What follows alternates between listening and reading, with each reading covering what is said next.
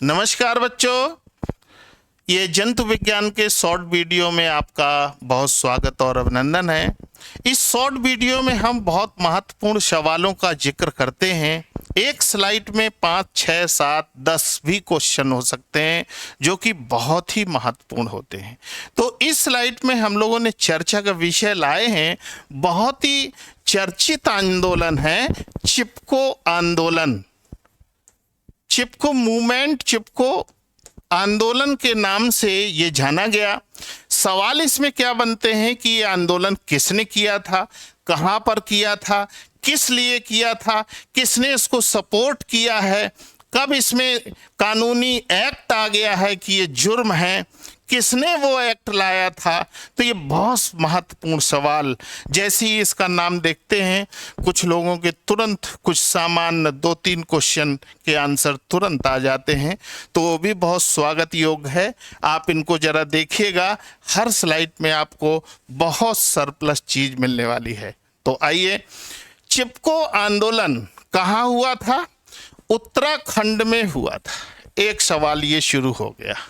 दूसरा सवाल आया, ये गढ़वाल चमोली ये जिले में, तो ये दूसरा सवाल आ गया।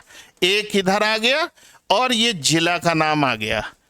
पेड़ों को गिराने से रोकने व अनियमित तरीके से काटने से, कौन से तरीके से? अनियमित तरीके से काटने से रोकने के लिए श्री सुंदरलाल बहुगुणा की अगुवाई में कौन इसका जनक था? तो वो सवाल यहां पर तीसरे क्वेश्चन नंबर में आपको मिलेगा। इनके साथ मीन्स श्री सुंदरलाल बहुगुणा की अगुवाई में स्थानीय महिलाओं ने, किसने? स्थानीय महिलाओं ने। तो ये आप चौथे नंबर का मान सकते हैं। अगर एग्जामिनर छोटी छोटी बात को पूछने लगे तो किसी भी चीज से बहुत ज्यादा सवाल पैदा हो जाते हैं। तो आप इसको भी जानते हैं। पेड़ों से चिपक कर पेड़ों को बचाने के लिए कब हुआ था? 1974 में हुआ था। तो ये आपका एक 5वां सवाल आ गया। चिपको मूवमेंट नाम दिया गया, इस घटना को क्या नाम दिया गया? चिपको मूवमेंट नाम दिया गया।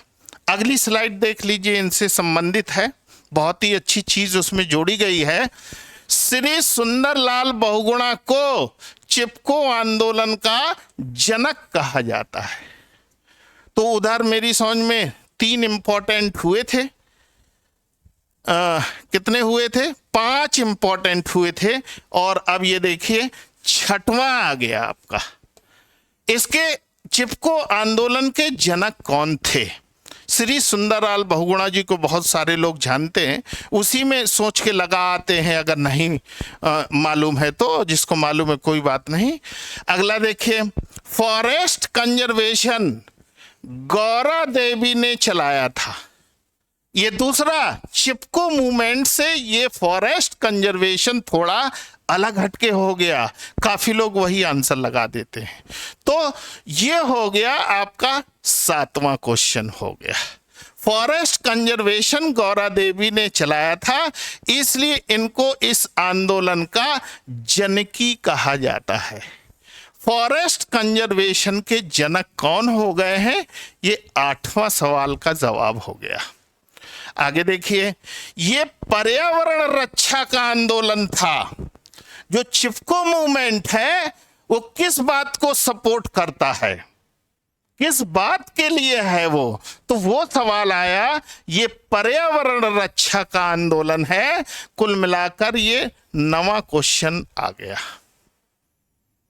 अगले में प्रधानमंत्री इंदिरा गांधी ने, कौन था उस समय प्रधानमंत्री? इंदिरा गांधी ने पेड़ काटने पर प्रतिबंध लगाया था। पेड़ काटने पर प्रतिबंध किसने लगाया था? वो उसका नाम है इंदिरा गांधी।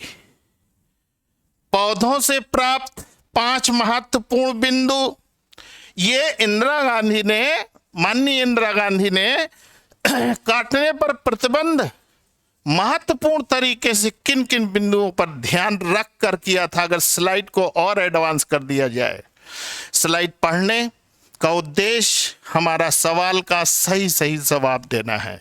तो कृपया देखिए, पौधों से प्राप्त 5 महत्वपूर्ण बिंदु कौन कौन से हैं।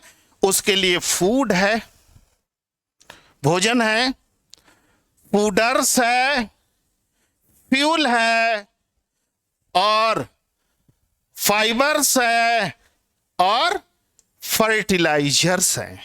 तो कुल मिला के ये 5 महत्वपूर्ण चीजें किसी भी पेड़ से ऐसी ही मिलती हैं। और पेड़ के बारे में तो आप जानते होंगे कि ऑक्सीजन को निकालता है, कार्बन डाइऑक्साइड को लेता है। तो ये पौधा जो प्लांट है कितना ज्यादा उपयोगी है, कितने केजी ऑक्सीजन पूरे जीवन काल में। एक बरगद का पेड़, एक गूलर है, पाकड़ है, केला है, ये जो बड़े पत्ते वाले पौधे हैं कितनी ऑक्सीजन देते हैं। तो बहुत बहुत धन्यवाद। Thank you.